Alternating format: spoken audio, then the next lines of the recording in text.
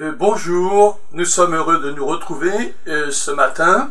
Bien sûr, nous allons ouvrir la parole de Dieu et je vous invite à le faire dans le livre du Deutéronome. Dans le livre du Deutéronome, au chapitre 6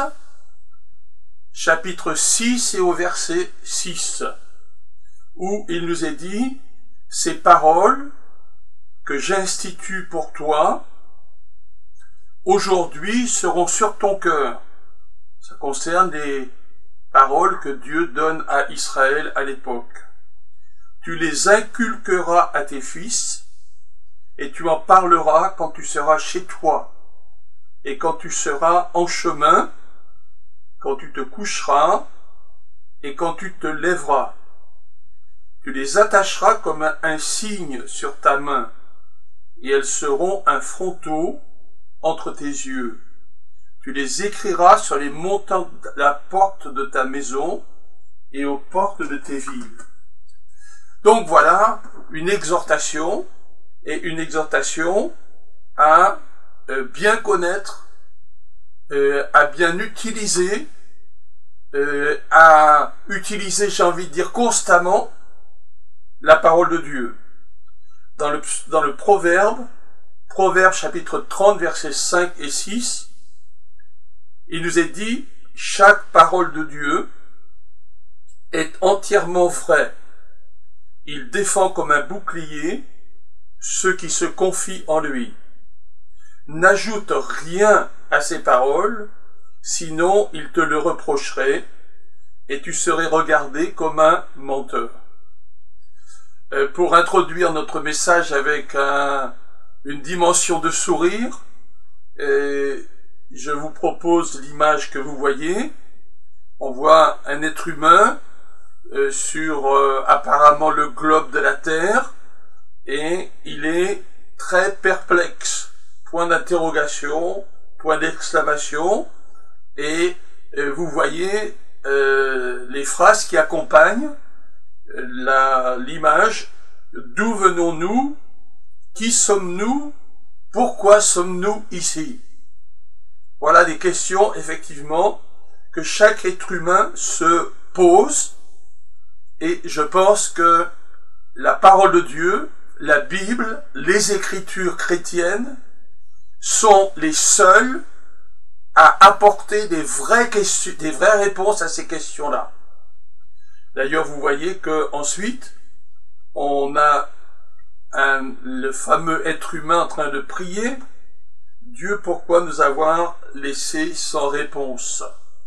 Et on voit, image suivante, une Bible qui vient tomber sur la personne, et qui est en quelque sorte l'expression du fait que ce dont nous avions besoin, ce que nous devions connaître, alors Dieu nous le donne, et Dieu nous le donne par la Bible. À propos de la Bible, j'aimerais développer 3 points ce matin. Et le premier, c'est que la Bible est caractérisée, à mon avis, par sa clarté. Un spécialiste de doctrine a écrit, et là je vais lire, la Bible est écrite de telle manière que ses enseignements peuvent être compris par tous ceux qui la lisent avec l'aide de Dieu et le désir de s'y conformer.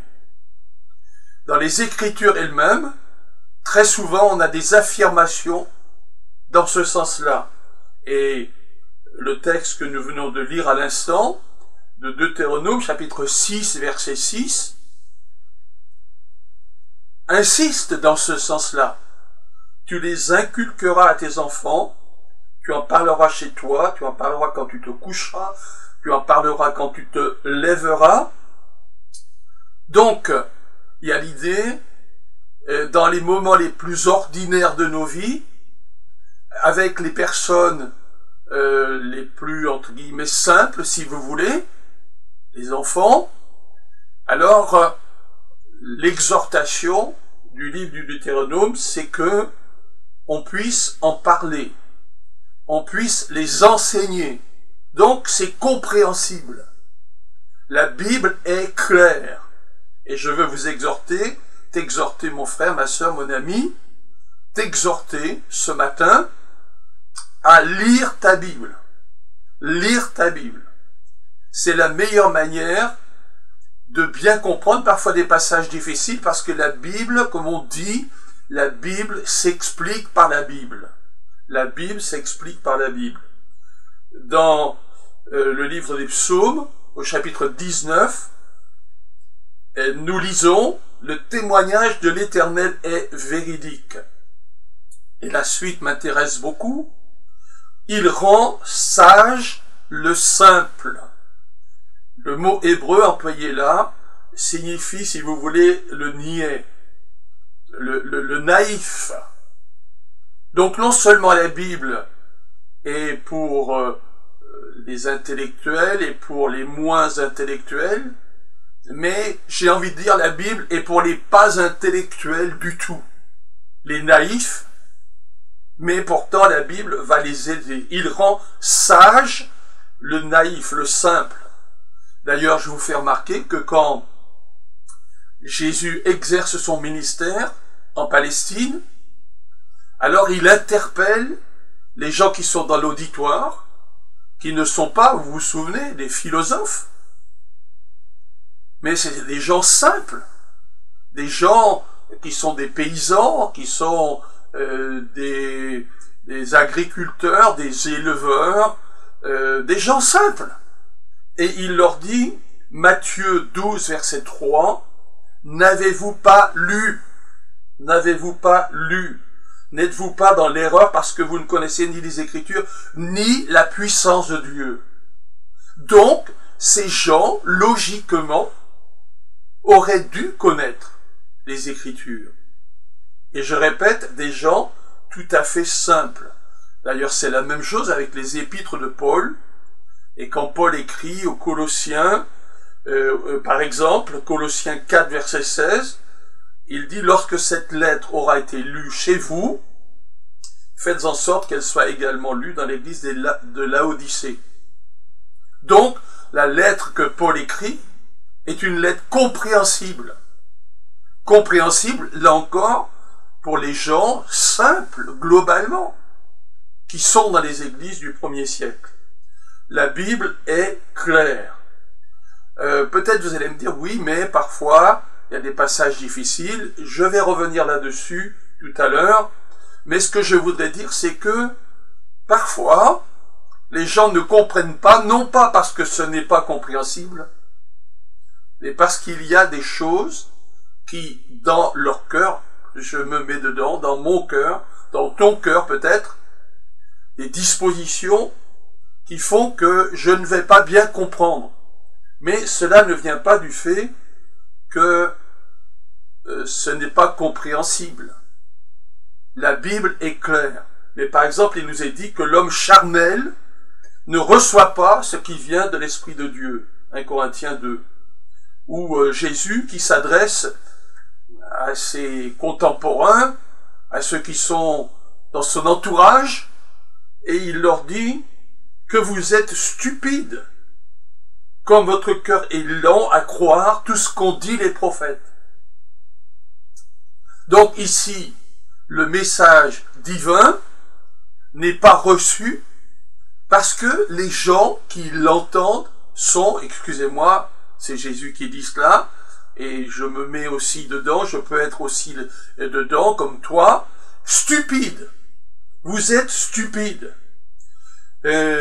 J'avance, et donc je pense que cela nous amène à des conséquences, à des enseignements à tirer de cette doctrine, de cette vérité, de la clarté de l'Écriture. Et je pense que la Bible nous appelle, nous sommes appelés d'abord à lire la Bible avec une certaine humilité. Quand tu commences à lire la Bible, chaque jour j'espère, ça serait bien que peut-être tu commences avec une prière, en disant « Mais Seigneur, je vais lire ta parole, J'ai besoin de ton esprit. Aide-moi à bien comprendre. Je veux comprendre ce que tu me dis, puisque c'est si important. Et je parlais de lire la Bible chaque jour. Moi, je suis impressionné quand j'étudie l'histoire des églises des premiers siècles. Je suis impressionné par le fait que si rapidement, certains penseurs, voire certains pères de l'Église, ont proposé des explications, des enseignements qui n'avaient plus rien à voir avec la Bible. Excusez-moi, je vais être un peu précis, je ne veux accuser personne, mais le culte à Marie, est totalement absent de l'Écriture. Pourtant, il va s'imposer vers les années 350, 400, pas au début. Mais si les chrétiens avaient lu, les chrétiens de les origines avaient lu leur Bible, ils auraient dit, mais je ne vois rien comme ça. Avançons. Les Écritures sont claires, mais je voudrais quand même dire à ce sujet que les spécialistes sont utiles. Les spécialistes sont utiles. Les spécialistes sont utiles.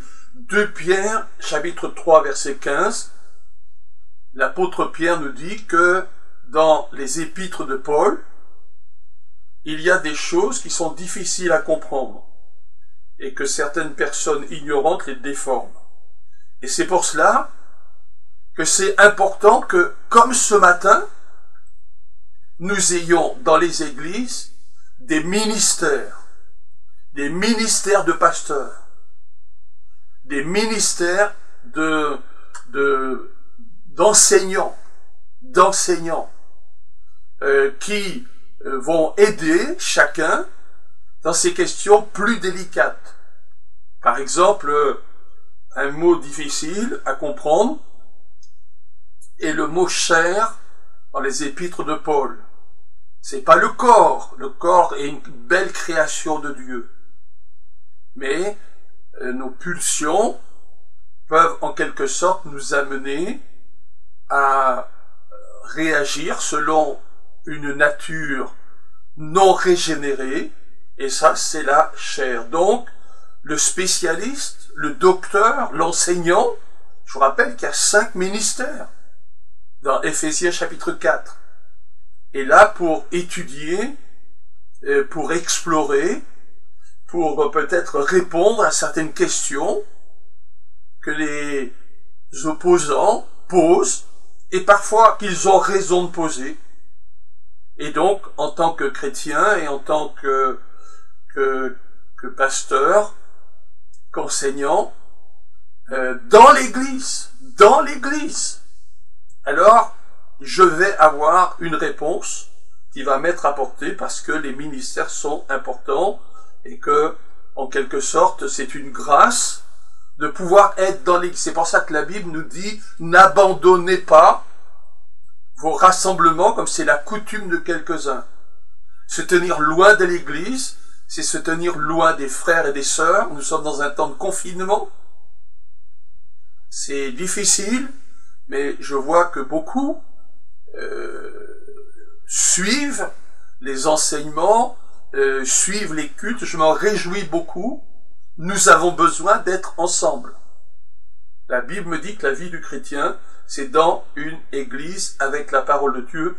Nous vous avons mis là un joli manuscrit très ancien qui correspond au livre du Lévitique, un des textes du Lévitique les plus anciens que nous ayons. J'avance avec un deuxième point qui est que la Bible est nécessaire. La Bible est nécessaire. Deuxième qualité, la nécessité. La nécessité. La Bible est nécessaire. Est nécessaire même pour le salut, la vie éternelle. Romains 10. Comment croiront-ils s'ils n'ont pas entendu? Comment entendront-ils s'il n'y a personne qui annonce? La foi vient du message que l'on entend. Donc, le salut, la vie éternelle, j'ai besoin des Écritures, de la Bible, pour bien comprendre ce que Dieu veut me dire, ce que Dieu disait dans l'Ancien Testament.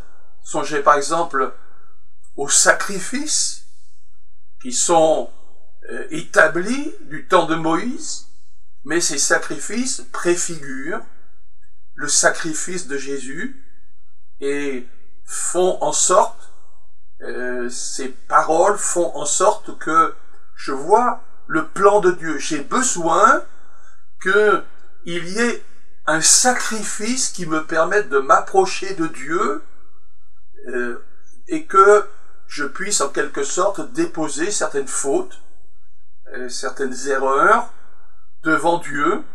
Je les mets, comme on dit, au pied de la croix. La Bible est nécessaire pour ma santé et ma croissance spirituelle. L'homme ne vit pas de pain seulement, parole de Jésus. Matthieu chapitre 4, verset 4.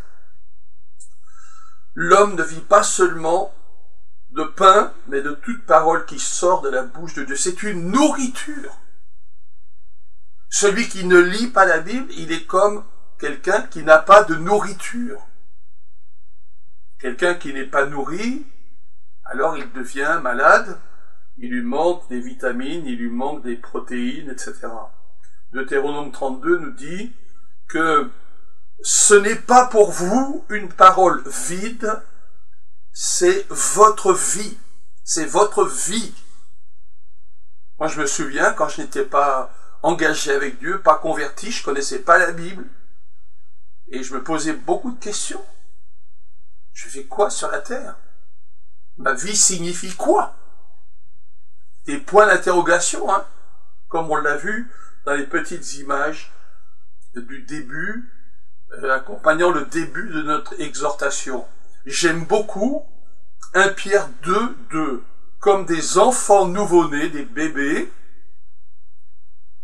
désirez ardemment le lait pur de la parole, afin que par lui vous croissiez pour le salut. Le lait pur de la parole. Du lait non frelaté. Il y a beaucoup d'aliments maintenant qui nous sont vendus avec on a ajouté ça, on a ajouté ça, on a ajouté ça. Et parfois, c'est la même chose, il y a le message chrétien, mais on a ajouté des trucs dedans, excusez-moi pour le mot truc. Mais, Pierre nous dit, la Bible, c'est du lait non frelaté, et autre image, c'est un peu comme ce château, ça c'est un château cathare, mais il est sur un sommet. À l'époque, ceux qui étaient assiégés pouvaient voir les vallées tout autour, et la Bible c'est comme ce château. Beaucoup de gens essaient de dire oui, mais la Bible dit ça, mais c'est pas tout à fait vrai, etc. Pour nous, dans nos églises, la Bible c'est vraiment la parole de Dieu. C'est la forteresse. Et personne ne peut nous atteindre. Au contraire, nous sommes édifiés, encouragés, parce que nous sommes dans la forteresse. L'Écriture permet de connaître avec certitude la pensée de Dieu. La pensée de Dieu. Tous les domaines sont concernés. Le chrétien qui considère la Bible comme la parole de Dieu échappe au scepticisme. Je fais quoi sur la terre? Qui me prouve que cela est la vérité?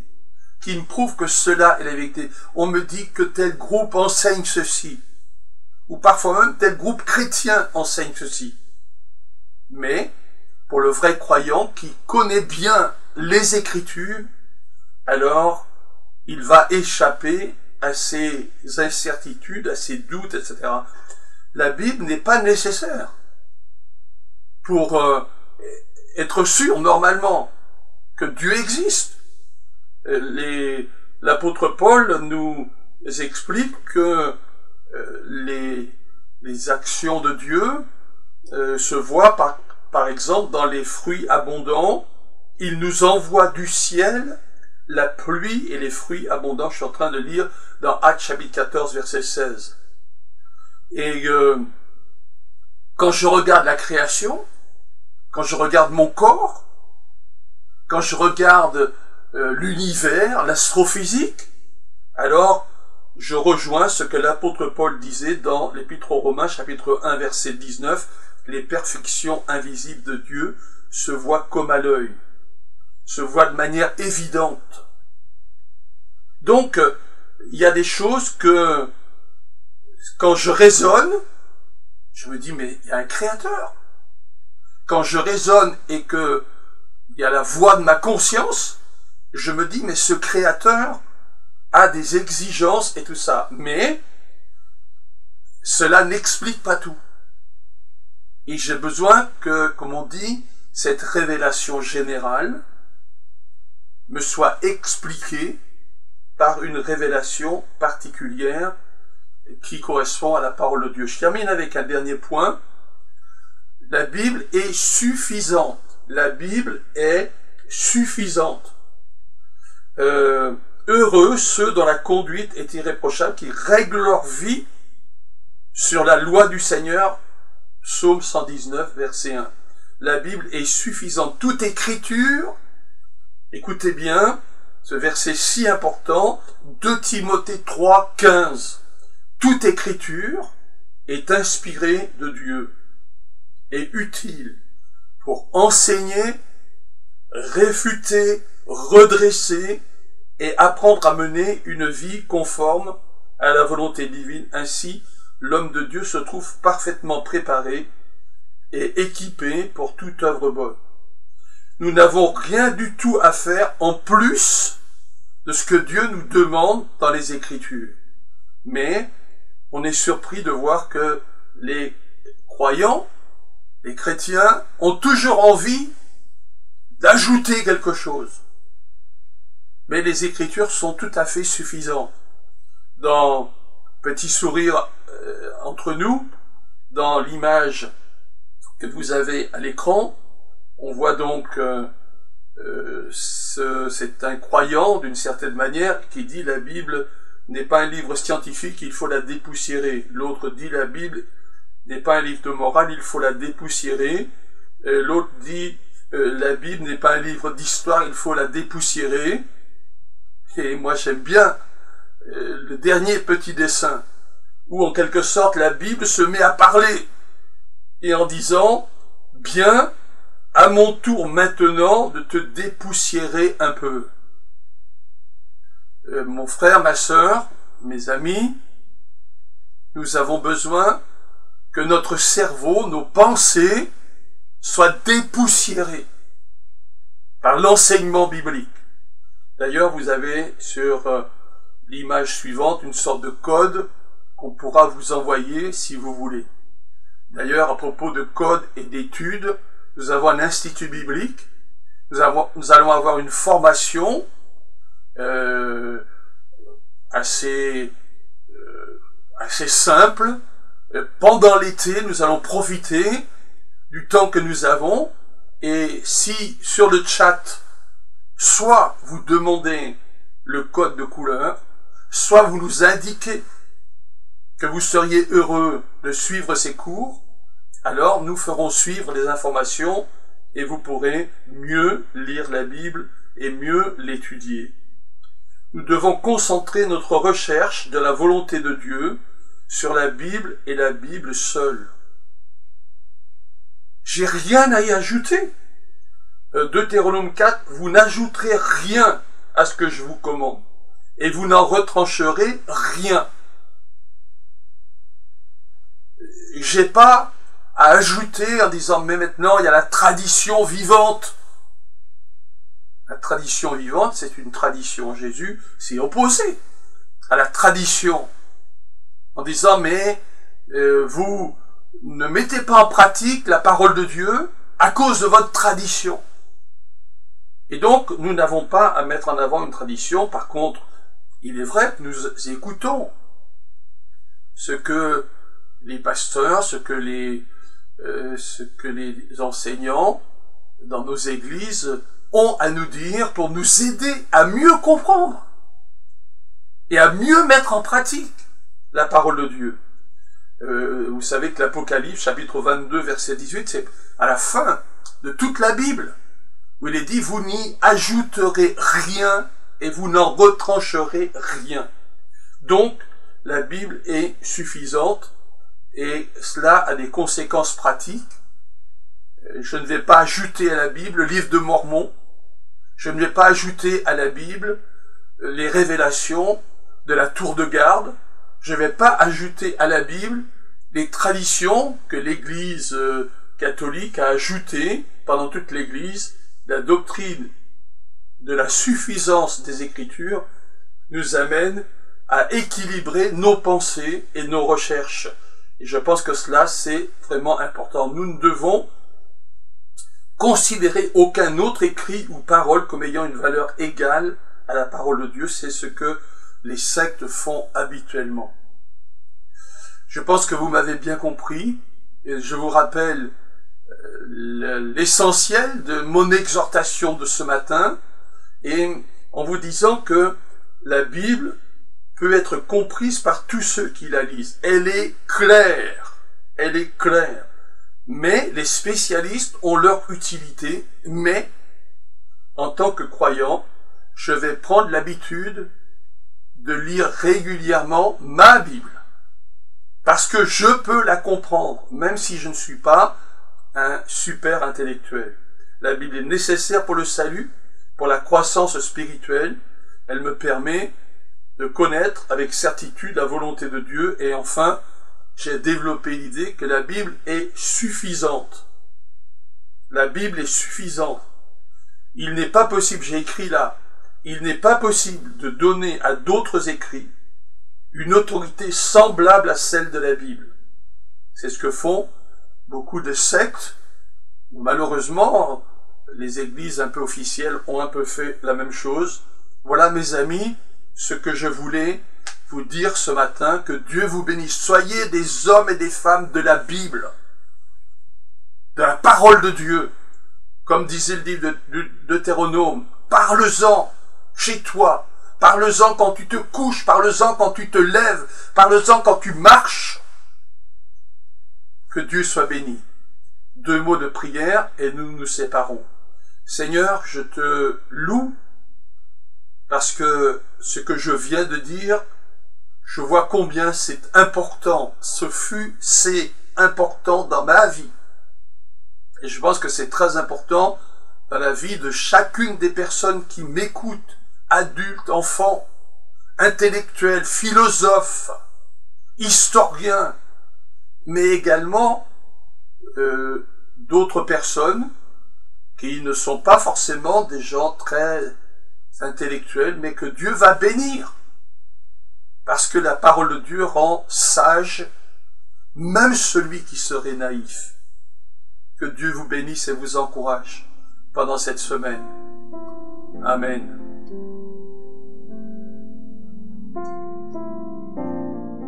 Nous tenons face au mur, la victoire était sûre, car tu ne nous as jamais laissés.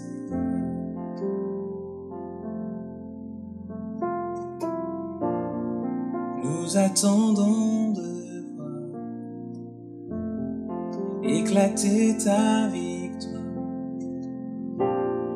Tu ne nous as jamais laissés.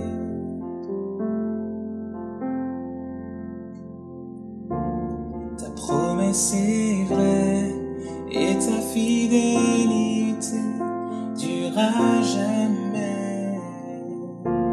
Gardé par ta main, conduit sur ton chemin, tu ne faillis jamais.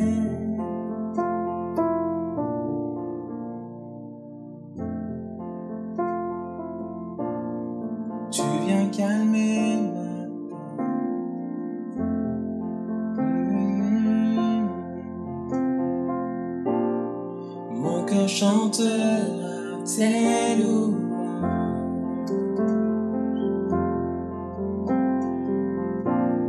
Jésus, tu m'as comblé de ton amour parfait. Mon cœur chantera tes louanges. Promesse est vraie. Ta promesse est vraie et ta fidélité durera jamais. Gardé par ta main, conduit sur ton chemin, tu ne faillis jamais. Ta promesse est vraie et ta fidélité durera jamais. Gardé par ta main, conduit sur ton chemin, tu ne faillis jamais.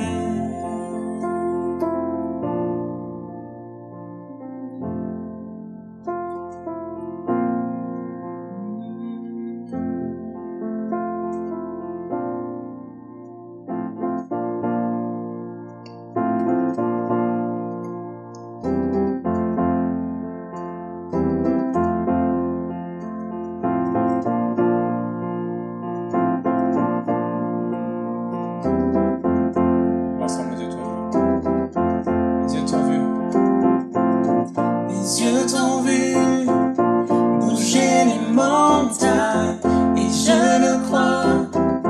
Tu peux le faire à nouveau dans le désert. Tu traces la voie et je le crois. Tu peux le faire à nouveau. Mes yeux t'ont vu bouger les montagnes et je le crois. Tu peux le faire à nouveau dans le désert. Tu traces la voie et je le crois. Tu peux le faire à nouveau. Tu peux le faire à nouveau. Tu peux le faire à nouveau. Tu peux le faire à nouveau.